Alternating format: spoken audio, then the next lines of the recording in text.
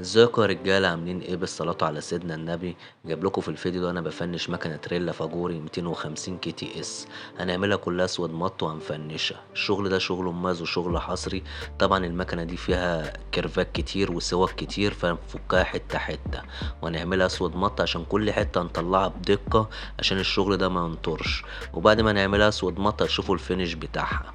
طبعا كل حته فكناها زي ما انتم شايفين قصاد عينيكم اهو. شوفوا كام حته، يعني الجنب 3 قطع، الجنب التاني اللي في الديل قطعتين، زي ما انتوا شايفين الرفرف كبير قد ايه. هنفيمها كلها اسود مط زي ما انتوا شايفين. المكنه صكوا فاضيه خالص اهي.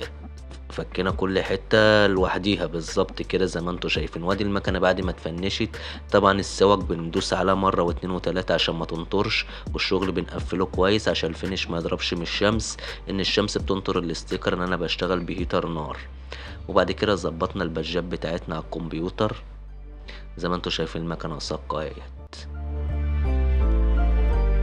الشغل ما فيهوش ولا كلمة، بسم الله ما شاء الله، شغل محترم وشغل حصري. عايزك تدعم ابن بلدك، يا ريت تدوس لايك عشان اظهر لغيرك وتدعم قناتي.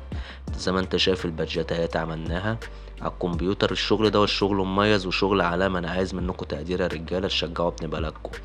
الشغل بعد ما لزقناه كله، اتفرج بقى على المكنة كده حوالين داير. المكنة ديت مش اي حد يفنشها، مش تعالي ولا حاجة، لا بس ابن بلدك فيه ناس محترمة بتقدم شغل مميز. ما تنساش تصلي على سيدنا النبي في اخر الفيديو. واي حد عايز الشغل ده يا ريت ينورني في مكاني كوتسيكا على الكورنيش.